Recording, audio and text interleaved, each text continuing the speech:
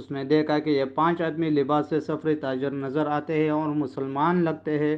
لڑکی ان میں سے ایک کی ٹانگوں کو دونوں بازوؤں میں مضبوطی سے پکڑے بیٹھی ہوئی تھی۔ مشعل کے ناشتے شعلے میں اس کے چہرے پر گھبراہٹ اور خوف نظر آ رہا تھا۔ اس کا سینہ ابھر اور بیٹھ رہا تھا، اس کے سانسیں بری طرح اکڑی ہوئی تھی۔ یہ لڑکی میرے حوالے کر دو، فخر المصری نے حکم کے لہجے میں کہا۔ یہ ایک نہیں، ایک آدمی نے التجا کے لہجے میں جواب دیا۔ ہم نے تو 7 لڑکیاں آپ کے سلطان کے حوالے کی ہے، آپ اسے لے جا سکتے ہیں۔ نہیں، موبی نے اس کے ٹانگوں کو اور مضبوطی سے پکڑتے ہوئے روتے ہوئے اور خوفزدہ لہجے میں کہا، میں اس کے ساتھ نہیں جاؤں گی۔ یہ لوگ عیسائیوں سے زیادہ وحشی ہے، ان کا سلطان انسان نہیں، سانڈ ہے، درندہ ہے، اس نے میری ہڈیاں بھی توڑ دی ہے، میں اس سے بھاگ کر آئی ہوں۔ کون سلطان؟ فخر نے حیران سا ہو کر پوچھا۔ وہی جسے تم صلاح الدین ایوبی کہتے ہو، موبی نے جواب دیا۔ وہ اپنی سر کی زبان بول رہی تھی، یہ لڑکی جھوٹ بول رہی ہے، فخر نے کہا اور پوچھا، یہ ہے کون؟ تمہاری کیا لگتی ہے؟ اندر آ جاؤ دوست، باہر سردی ہے، ایک آدمی نے فخر سے کہا۔ تلوار نیام میں ڈال لو، ہم تاجر ہیں، ہم سے آپ کو کیا خطرہ، آؤ اس لڑکی کی بپتا سن لو۔ اس نے آہ بھر کر کہا، میں آپ کے سلطان کو مرد مومن سمجھتا تھا، مگر ایک خوبصورت لڑکی دیکھ کر وہ ایمان سے ہاتھ دھو بیٹا۔ وہ باقی 6 لڑکیوں کا بھی یہی حشر کر رہا ہوگا۔ ان کا یہ حشر دوسرے سالاروں نے کیا ہے؟ موبی نے کہا۔ شام کو ان بیچاریوں کو اپنے خیمے میں لے گئے تھے اور انہیں بے سدھ کر کے خیمے میں ڈال دیا۔ وہ خیمے میں بے ہوش پڑی ہے۔ فخر المصری تلوار نیام میں ڈال کر ان کے ساتھ خیمے میں چلا گیا۔ اندر جا کر بیٹھے تو آدمی نے آگ جلا کر قہوے کے لیے پانی رکھا اور اس میں جانے کیا کچھ ڈالتا رہا۔ دوسرے آدمی نے فخر سے پوچھا کہ اس کا رتبہ کیا ہے۔ اس نے بتایا کہ وہ کماندار عہدے دار ہے۔ انہوں نے اس کے ساتھ بہت سی باتیں کی جن سے انہوں نے اندازہ کر لیا کہ یہ شخص عام قسم کا سپاہی نہیں اور ذمہ دار فرد ہے۔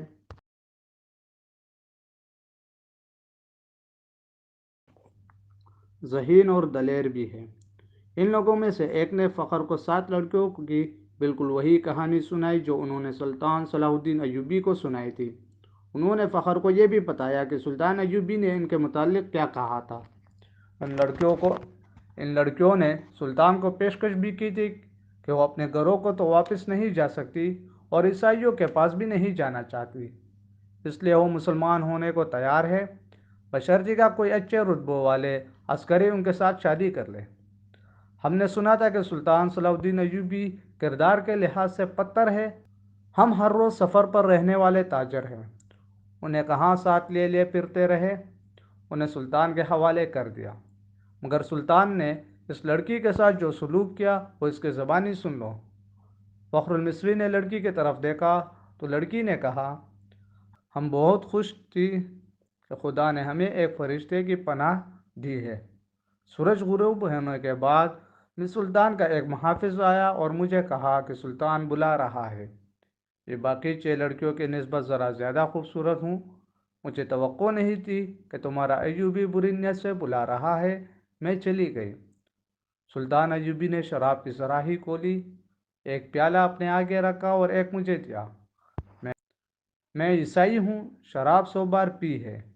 بحری جہاز میں عیسائی کمانداروں نے میرے جسم کو کھلونا بنائے رکھا ہے۔ صلاح الدین ایوبی بھی میرے جسم کے ساتھ کھیلنا چاہتا تھا۔ اب اور مرد میرے لیے کوئی نئی چیزیں نہیں تھی، لیکن ایوبی کو میں فرشتہ سمجھتی تھی۔ میں اس کے جسم کو اپنے ناپاک جسم سے دور رکھنا چاہتی تھی، مگر وہ ان عیسائیوں سے بدتر نکلا جو مجھے بحری جہاز میں لائے تھے، اور جب ان کا جہاز ڈوبنے لگا تو انہوں نے ہمیں ایک کشتی میں ڈال کر سمندر میں اتار دیا۔ ان میں سے کسی نے ہمارا ساتھ نہ دیا، ہمارے جسم چچوڑے ہوئے اور ہڈیاں چٹکی ہوئی تھی۔ خدا نے ہمیں بچا لیا اور اس آدمی کی پناہ میں پھینک دیا جو فرشتے کے روپ میں درندہ ہے۔ مجھے سلطان نے ہی بتایا تھا کہ میرے ساتھ کی باقی 6 لڑکیاں اس کے سالاروں کے خیموں میں ہیں۔ میں نے سلطان کے پاؤں پکڑ کر کہا کہ میرے ساتھ شادی کر لو، اس نے کہا کہ اگر تم مجھے پسند کرتی ہو تو شادی کے بغیر تمہیں اپنے حرم میں رکھ لوں گا۔ اس نے میرے ساتھ وحشوں کا برتاؤ کیا، شراب میں بدمست تھا۔ اس نے مجھے اپنے ساتھ لٹا لیا۔ جو ہی اس کی آنکھ لگی میں وہاں سے بھاگ آئی۔ اگر میری بات کا اعتبار نہ آئے تو اس کے محافظوں سے پوچھ لو۔ اس دوران ایک آدمی نے فخر کو قہوہ پلایا۔ ذرا سی دیر بعد فخر کا مزاج بدلنے لگا۔ اس نے نفرت سے قہقہا لگایا اور کہا، ہمیں حکم دیتے ہیں کہ عورت اور شراب سے دور رہو اور خود شراب پی کر راتیں عورتوں کے ساتھ گزارتے ہیں۔ فخر محسوس ہی نہ کر سکا کہ لڑکی کی کہانی محض بے بنیاد ہے، اور نہ ہی وہ محسوس کر سکا کہ اس کا مزاج کیوں بدل گیا۔ اسے حشیش پلا دی گئی تھی۔ اس پر ایسا نشہ طاری ہو چکا تھا جسے وہ نشہ نہیں سمجھتا تھا۔ وہ اب اپنے تصوروں میں بادشاہ بن چکا تھا۔ لڑکی کے چہرے پر مشعل کے شعلے کی روشنی ناچ رہی تھی۔ اس کے بکھرے ہوئے سیاہی مائل بھورے بال چمک رہے تھے۔ وہ فخر کو پہلے سے زیادہ حسین نظر آنے لگی۔ اس نے بےتاب ہو کر کہا، تم اگر چاہو تو میں تمہیں پناہ میں لیتا ہوں۔ نہیں۔ لڑکی ڈر کر پیچھے ہٹ گئی اور بولی، تم بھی میرے ساتھ اپنے سلطان جیسا سلوک کرو گے؟ تم مجھے اپنے خیمے میں لے جاؤ گے اور میں ایک بار پھر تمہارے سلطان کے قبضے میں آ جاؤں گی۔ ہم تو اب دوسری 6 لڑکیوں کو بھی بچانے کی سوچ رہے ہیں، ایک تاجر نے کہا۔ ہم ان کی عزت بچانا چاہتے تھے مگر ہم سے بھول ہوئی۔ فخر المصری کی نگاہیں لڑکی پہ جمی ہوئی تھی۔ اس نے اتنی خوبصورت لڑکی کبھی نہیں دیکھی تھی۔ خیمے میں خاموشی طاری ہو گئی جسے کرسٹوفر نے توڑا۔ اس نے کہا، تم عرب سے آئے ہو یا مصری ہو؟ مصری، فخر نے کہا۔ میں 2 جنگیں لڑ چکا ہوں، اسی لیے مجھے یہ عہدہ دیا گیا ہے۔ سوڈانی فوج کہاں ہے جس کا سالار ناجی ہے؟ کرسٹوفر نے پوچھا۔ اس فوج کا ایک سپاہی بھی ہمارے ساتھ نہیں آیا، فخر نے جواب دیا۔ جانتے ہو جانتے ہو ایسا کیوں ہوا ہے؟ کرسٹوفر نے کہا۔ سوڈانیوں نے صلاح الدین ایوبی کی امارات اور کمان کو تسلیم نہیں کیا۔ وہ فوج اپنے آپ کو آزاد سمجھتی ہے۔ ناجی نے سلطان ایوبی کو بتایا تھا کہ وہ مصر سے چلے جائیں کیونکہ وہ غیر ملکی ہے۔ اسی لیے ایوبی نے مصریوں کی فوج بنائی اور لڑانے کے لیے یہاں لے آیا۔ اس نے تم لوگوں کو شرافت اور نیکی کا جھانسا دیا اور خود عیش کر رہا ہے۔ کیا تمہیں مال غنیمت ملا ہے؟ اگر تمہیں ملا بھی تو سونے چاندی کے 2 ٹکڑے مل جائیں گے۔ صلیبیوں کے جہازوں سے بے بہا خزانہ سلطان ایوبی کے ہاتھ آیا ہے۔ وہ سب رات کے اندھیرے میں سینکڑوں اونٹوں پر لاد کر قاہرہ روانہ کر دیا گیا ہے، جہاں سے دمشق اور بغداد چلا جائے گا۔ سوڈانی لشکر کو سلطان نہتا کر کے غلاموں میں بدل دینا چاہتا ہے۔ پھر عرب سے فوج آ جائے گی اور تم مصری بھی غلام ہو جاؤ گے۔ اس عیسائی کی ہر ایک بات فخر المصری کے دل میں اترتی جا رہی تھی۔ اثر باتوں کا نہیں بلکہ موبی کے حسن اور حشیش کا تھا۔ عیسائیوں نے یہ حربہ حسن بن صبا کے حشیشین سے سیکھا تھا۔ موبی کو بالکل توقع نہیں تھی کہ یہ صورتحال پیدا ہو جائے گی کہ ایک مصری اس کے تعاقب میں اس کے دام میں آ جائے گا۔ انہیں معلوم ہو گیا کہ فخر مصر کے زبان کے سوا اور کوئی زبان نہیں جانتا۔ موبی نے اپنے 5 ساتھیوں کو سنانا شروع کر دیا کہ رابن زخمی ہونے کا بہانہ کر کے زخمیوں کے خیمے میں پڑا ہے، اور اس نے کہا ہے کہ ناجی سے مل کر معلوم کرو کہ اس نے بغاوت کیوں نہیں کی یا اس نے عقب سے صلاح الدین ایوبی پر حملہ کیوں نہیں کیا، اور یہ بھی معلوم کرو کہ اس نے ہمیں دھوکہ تو نہیں دیا۔ وہ باتیں کر رہی تھی تو فخر نے پوچھا، یہ کیا کہہ رہی ہے؟ یہ کہہ رہی ہے، ایک نے جواب دیا، اگر یہ شخص یعنی تم صلاح الدین کی فوج میں نہ ہوتے تو یہ تمہارے ساتھ شادی کر لیتی۔ یہ مسلمان ہونے کو بھی تیار ہے، لیکن کہتی ہے کہ اسے اب مسلمانوں پر بھروسہ نہیں رہا۔ فخر نے بے تابی سے لپک کر لڑکی کو بازو سے پکڑا اور اپنی طرف گھسیٹ کر کہا، اگر میں بادشاہ ہوتا تو خدا کی قسم تمہاری خاطر تخت اور تاج قربان کر دیتا۔ اگر شرط یہی ہے کہ میں صلاح الدین ایوبی کی دی ہوئی تلوار پھینک دوں تو یہ لو۔ اس نے کمربند سے تلوار کھولی اور نیام سمیت لڑکی کے قدموں میں رکھ دی۔ کہا، میں اب سے ایوبی کا سپاہی اور کماندار نہیں ہوں، مگر ایک شرط اور بھی ہے۔ لڑکی نے کہا، میں اپنا مذہب تمہاری خاطر ترک کر دیتی ہوں، لیکن صلاح الدین ایوبی سے انتقام ضرور لوں گی۔ کیا اسے میرے ہاتھ سے قتل کرانا چاہتی ہو؟ فخر نے پوچھا۔ لڑکی نے اپنے آدمیوں کی طرف دیکھا، سب نے ایک دوسرے کی طرف دیکھا۔ آخر کرسٹوفر نے کہا، ایک صلاح الدین ایوبی نہ رہا تو کیا فرق پڑے گا؟ ایک اور سلطان آ جائے گا، وہ بھی ایسا ہی ہوگا۔ مصریوں کو آخر غلام ہی ہونا پڑے گا۔ تم ایک کام کرو، سوڈانیوں کے سالار ناجی کے پاس پہنچو اور یہ لڑکی اس کے سامنے کر کے اسے بتاؤ کہ سلطان صلاح الدین ایوبی اصل میں کیا ہے اور اس کے ارادے کیا ہے۔ ان لوگوں کو یہ تو علم تھا کہ ناجی کا صلیبیوں کے ساتھ رابطہ ہے اور موبی اس کے ساتھ بات کرے گی، لیکن انہیں یہ علم نہیں تھا کہ ناجی اور اس کے معتمد سالار خفیہ طریقے سے مروائے جا چکے ہیں۔